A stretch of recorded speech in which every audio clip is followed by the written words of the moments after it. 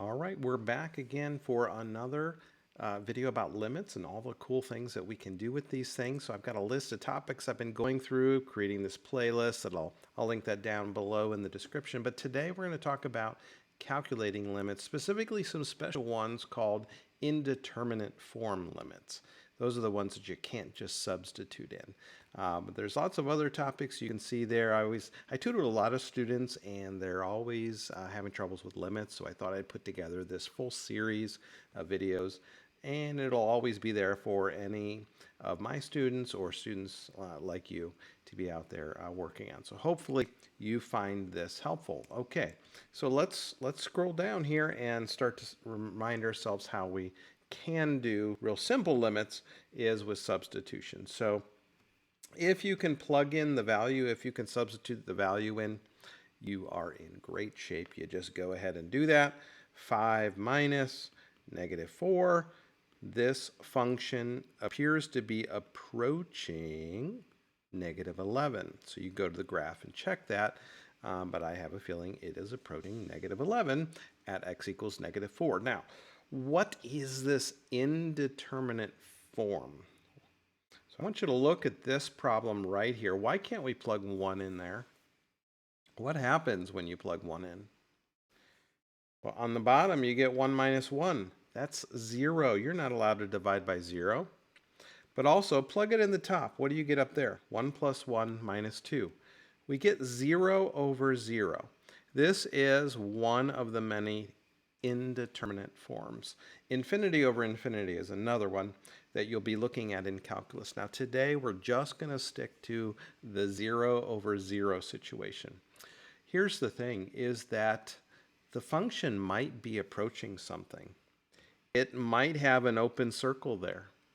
And as we saw in other videos, the limit does exist there as you get close to that. And we'd like to understand, without a graph, what it's approaching. So wouldn't it be neat if we could do that without a graph? And that's what this video is all about here. So let me get this out of the way.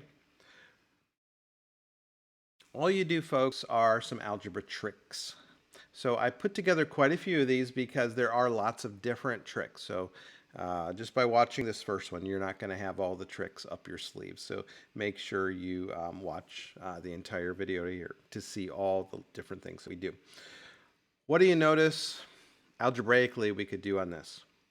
That's right, factor. Factor. We could factor, and we always write the word limit again, especially if you are an AP student. You gotta write the word limit. Most teachers are very good about being sticklers about that, but I can guarantee you that the AP graders will be. So you gotta write the word limit every single time. It gets really annoying, but you have to do it. And then in the bottom we have a GCF. I was able to factor out an x. Now what do you notice? What do you notice? This rational expression can be simplified because we have a redundant factor in there of x minus 1. So I'm going to just cancel that. And now we're left with the limit as x goes to 1 of x plus 2 over x. Are you allowed to plug 1 in there? Yes, you are. So go ahead and do it, and you'll have your answer. This equals 3 over 1, which is 3. Apparently, this function might have a hole at 1, 3. Maybe that's what it's approaching. Or it might be the end of the domain, as we're going to see later. But I have a feeling it's a hole in there. So go onto Desmos and check it out and see what it looks like there. Is it approaching 3? And I want you to click on the point, and you're going to see that it's undefined there. The function, this guy over here, this is undefined at 1. But the limit exists there. Okay, so let's move on to this next one. I picked this on purpose because this is related to something you're going to do later in your calculus class, and some of you may already know, especially if you're reviewing maybe for a final exam.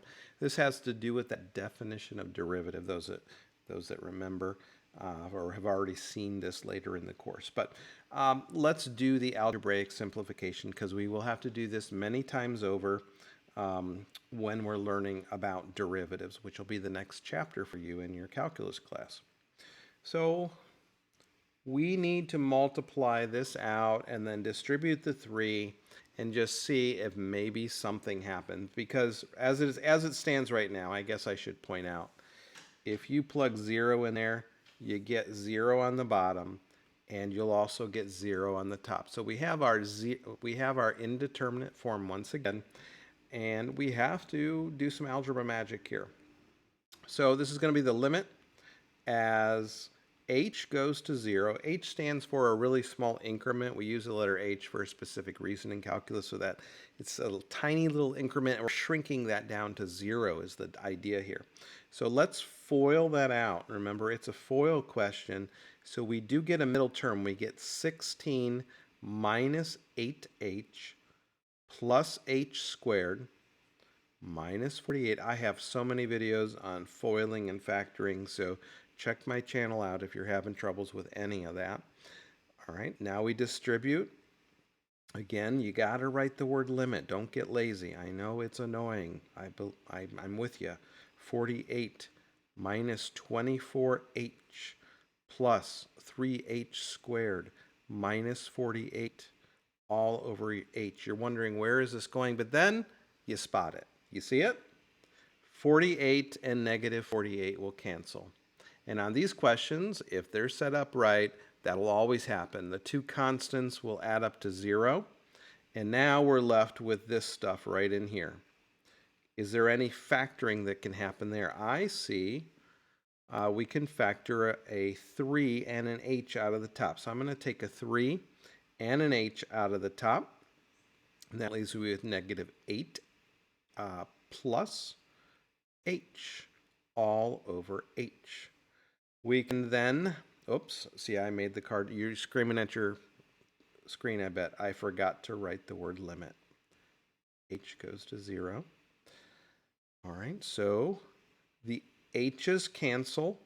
Now we don't have indeterminate form anymore. We don't have a 0 anymore on the bottom. So we can plug in 0 in for our h now, because we only have the one h. It's right there. So I plug 0 in, and then I work it out, and I get negative, negative 24. The answer is negative 24. So again, you could check your work. I didn't take the time to, have a browser ready to show you on the video here, but go to Desmos, type this in, look on the y-axis. Is it crossing the y-axis? Does the y-intercept look like it would be negative 24? It might be.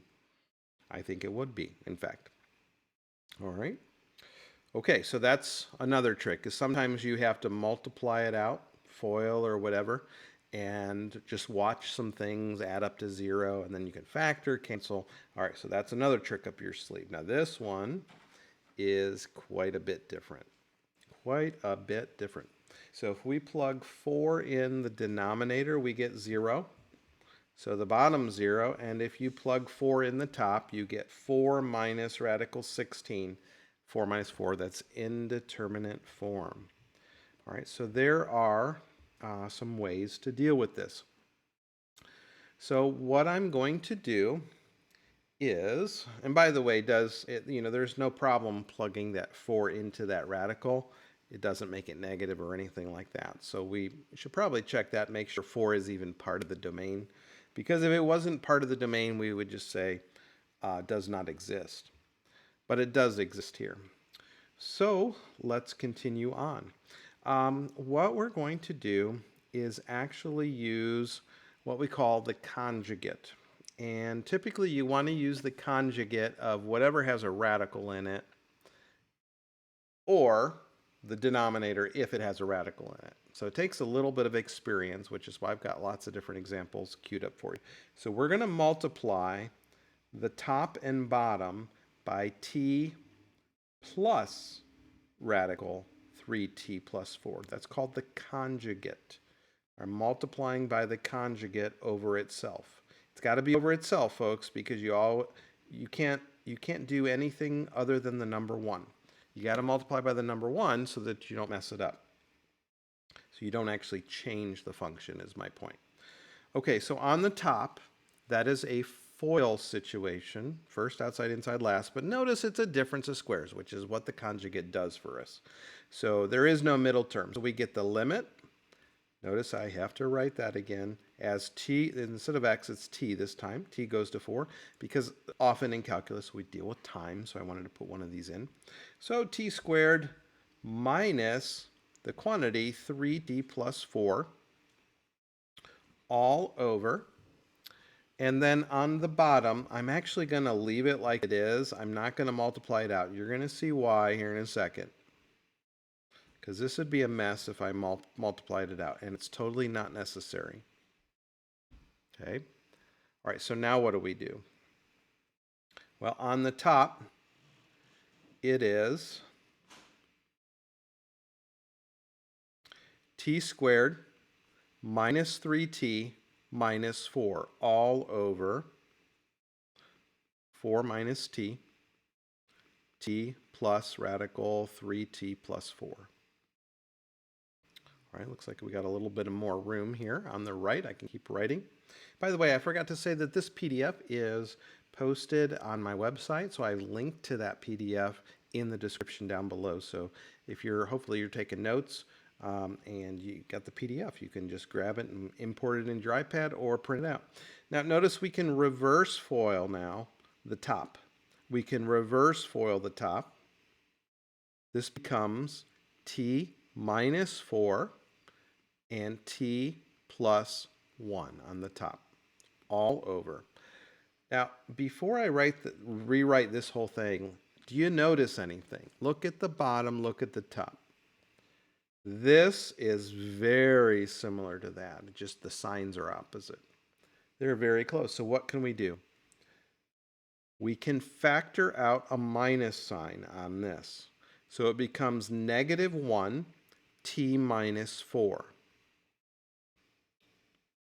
And then the other one is t plus radical 3t plus 4.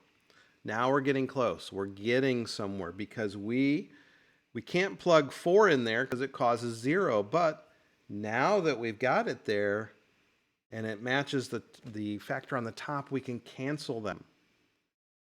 Now you can safely plug 4 in to both the numerator and denominator.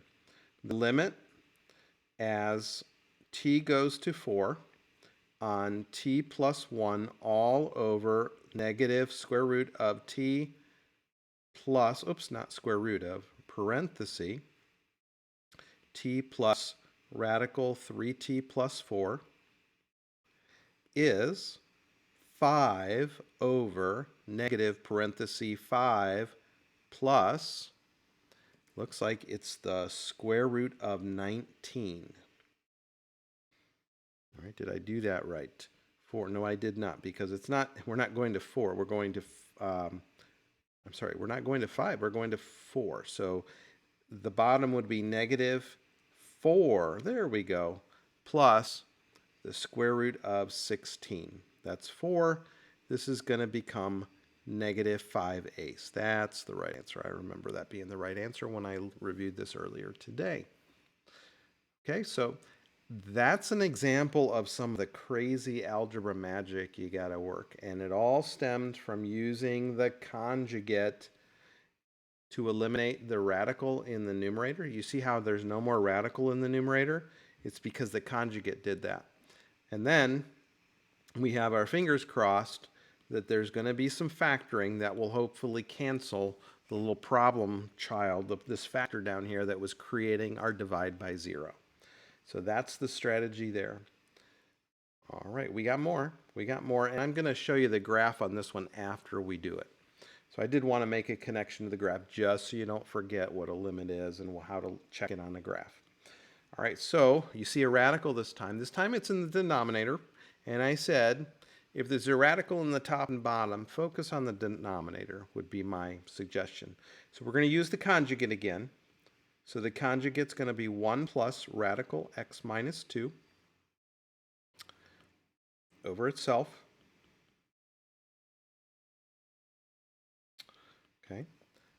I then multiply the bottom out, and I get 1 minus the quantity x minus 2. And then on the top, I'm going to actually leave it the way it is right now, because we could factor that into x plus 3, x minus 3, and maybe we're going to have to do that. But for right now, let's just leave it like this, and then 1 plus radical x minus 2. So, oops, I lost my word limit, didn't I? Fortunately, I'm on my iPad, so I can move this over and make some room. I'm sorry if you're writing with pencil. This is x approaches 3. Right, so on the bottom, we have negative x plus 3. So let's factor a negative 1 out. We'll just save some time. You guys are probably following along now, right? This would be negative x minus 3, because the negative times the negative 2 gives you positive 2, but I'm factoring the negative out, so it becomes negative 3. And then we do need to factor the top. We do need to factor the top after all. So x plus 3, x minus 3, and then we have our 1 plus radical x minus 2 on the top there. So this cancels this. Don't lose that minus sign. Don't lose the minus sign. So in the bottom, there is a negative 1 left. So let me rewrite it before we do the limit, just so when you're taking your notes or looking at this later, you'll remember there's a negative 1 in the bottom. We've got our x plus 3, and then we have our 1 plus radical x minus 2. Now we plug 3 in, and we get 6 times, plug 3 in there, we get 2, all over negative 1. That's negative 12. Now, do you remember what that means? This means this was the limit as x approaches 3. So as x is approaching 3, we expect the graph to be somehow approaching negative 12. Right? That's what that means. So let's look at the graph. Here's the graph of the original. I typed this into Desmos earlier, and this is what I got. So as we approach 3, here's where that is. And look at that. It's at negative 12. By the way, on Desmos, and I couldn't get a screenshot of this or I would have showed you, if you click right here, it says 3, comma, undefined, or error, I forget. But I think it says undefined. So there's an open circle there, folks. Just like I drew up here, there is an open circle. How do I know there's an open circle? Because the function doesn't exist there. 3 caused a divide by 0 error. It was an indeterminate form, so the function doesn't exist there. It was all crazy there. All right, so we got 2 more problems. This one is pretty similar to that one a couple ago, so you might want to pause the video and just try it. I would really recommend you. The only way you learn math is by trying. So we got to use the conjugate. Radical x plus 5 plus 2 all over radical x plus 5 plus 2. So we have our fingers crossed that somehow this multiplication will help us cancel this guy right here. Let's see what happens. We end up getting the limit as x approaches negative 1 on x plus 5 minus 4 all over x plus 1 radical x plus 5 plus 2. And look at that. This is x plus 1. So this will cancel that. So now we can plug our negative 1 in. What do we have left on the top? Just 1. So on the top we have 1. On the bottom we have the square root of 4 plus 2. That is 4. So the answer is 1/4, 1/4. So I went a little more quickly there, but hopefully you're following along. So on that AP exam, you got to write limit, because otherwise this equal sign is not right. The equal sign does not just mean, hey, I'm going on to my next thought. The equal sign means literally what I wrote here is physically equal to this, which is physically equal to that. That's why we have to keep writing limit every time. Okay, I have one last question here, and this one involves variables and variables only. So we always factor in hopes that we can then cancel some things. So this is called a difference of perfect cubes. Difference of perfect cubes. So if you remember from algebra class, this factors into x minus a. The way I always remember this is this sign will match that sign. But then the next part is x squared, x, and then a number. Okay, and the final number, by the way, is going to be a plus a squared here. All right. And we end up putting the opposite sign right here. So this becomes ax, and then plus a squared. And you can go ahead and FOIL it all out, not FOIL, but do the distributive property through the whole thing, and you should get this right back. Okay, because your a squared x will cancel with your negative a squared x and so on. And you'll just get the two terms. So hopefully you remember that from algebra class. All over x minus a. Look at what happens there. By the way, I think I forgot to say, maybe I did, this sign is always opposite of this one. So if this had been a plus, this would have been a plus, and then that would have been a minus.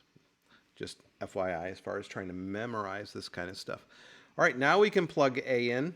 Now you can plug a in, and you get a squared plus a squared plus a squared. That's 3a squared. 3a squared is the answer. All right, I really hope that this video helped you understand how to deal with this indeterminate form. I know it can be a little tricky at times, but you just got to do problems, folks. You just got to practice these things, and I promise you will get it. All right, well, again, I hope that this video was helpful. There's tons of other videos I'm making on limits. You saw, I think it's 11 videos total. So make sure you check them out so that you're ready. All right, and until next time.